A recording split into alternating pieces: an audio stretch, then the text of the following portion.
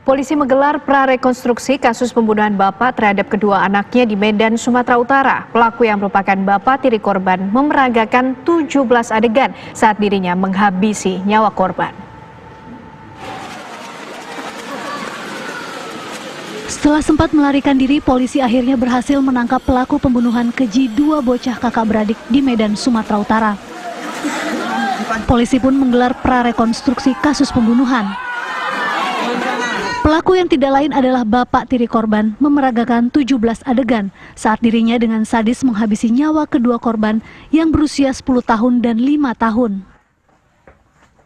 Berdasarkan hasil prarekonstruksi, pelaku membunuh kedua korban di kamar rumah kontrakannya pada Jumat malam lalu. Hingga 2 hari setelahnya, pelaku melarikan diri ke wilayah Deli Tua. Ia lalu mengirimkan pesan melalui media sosial kepada sang istri yang merupakan ibu kandung korban bahwa ia telah membunuh kedua korban. Pada hari Sabtu, si istri ini sempat menanyakan kepada tersangka tentang keberadaan anak-anaknya, tapi yang bersangkutan tidak menjawab, seperti kelihatan ketakutan. Hari Sabtu itu ya? Hari Sabtu, sampai kemudian hari Sabtu dini hari atau Minggu pagi, pagi hari jam 7.30, tersangka mengirimkan chat lewat akun Facebook. Sudah melarikan diri? Dia melarikan diri? Sudah, yang jelas sudah tidak ada di rumah.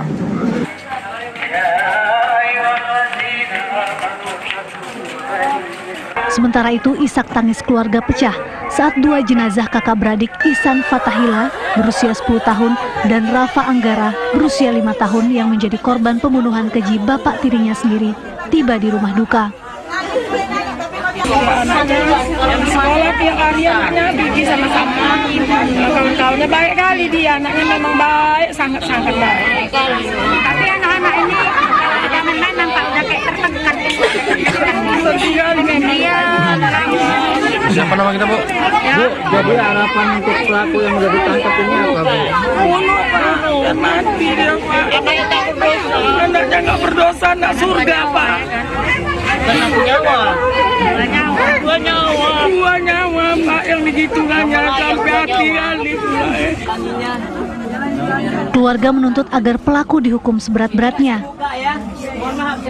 Jenazah Ihsan dan Rafa dimakamkan dalam satu liang lahat di TPU Jawa, Gang Perwira, Jalan Brigjen Katamso, Medan. Dari Medan, Sumatera Utara, Yoga Syahputra, Bahana, TV One mengabarkan.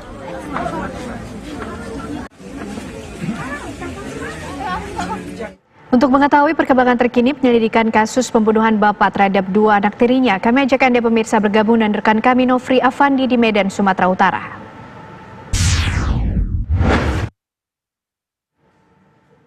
Selamat siang Nofri, apakah sudah ada fakta-fakta baru yang ditemukan dalam proses penyelidikan kasus ini?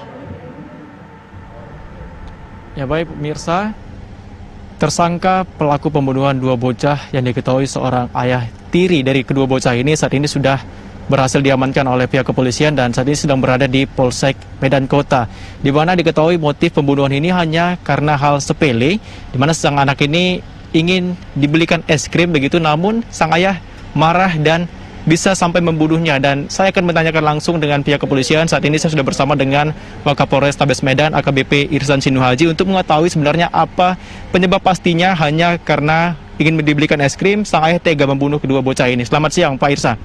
Selamat siang, Mas. Ya Pak Irsan, dari temuan polisi Pak yang terbaru saat ini bagaimana sebenarnya motif sehingga sang ayah ini tega membunuh 2 bocah ataupun 2 anak tirinya ini Pak? Baik, sejauh ini sampai dengan sekarang hasil dari pendalaman yang dilakukan oleh penyidik, sementara tersangka masih mengaku tersinggung karena kedua anak ini tidak diberikan untuk membeli es krim, keluar kata-kata yang tidak menyenangkan. Jadi pelaku tersinggung, sementara masih itu, kita lagi kembangkan. Baik, mungkin pemirsa ingin tahu Pak, kira-kira apa sih kata-kata yang membuat sang ayah ini sampai tega Pak melakukan pembunuhan ini Pak?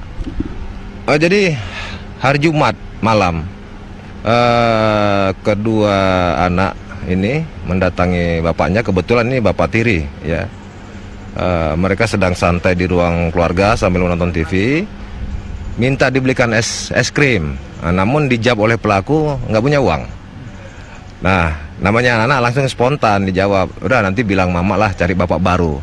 Nah, jadi ini yang membuat pelaku tersinggung sehingga melakukan tindakan yang di luar nalar kita.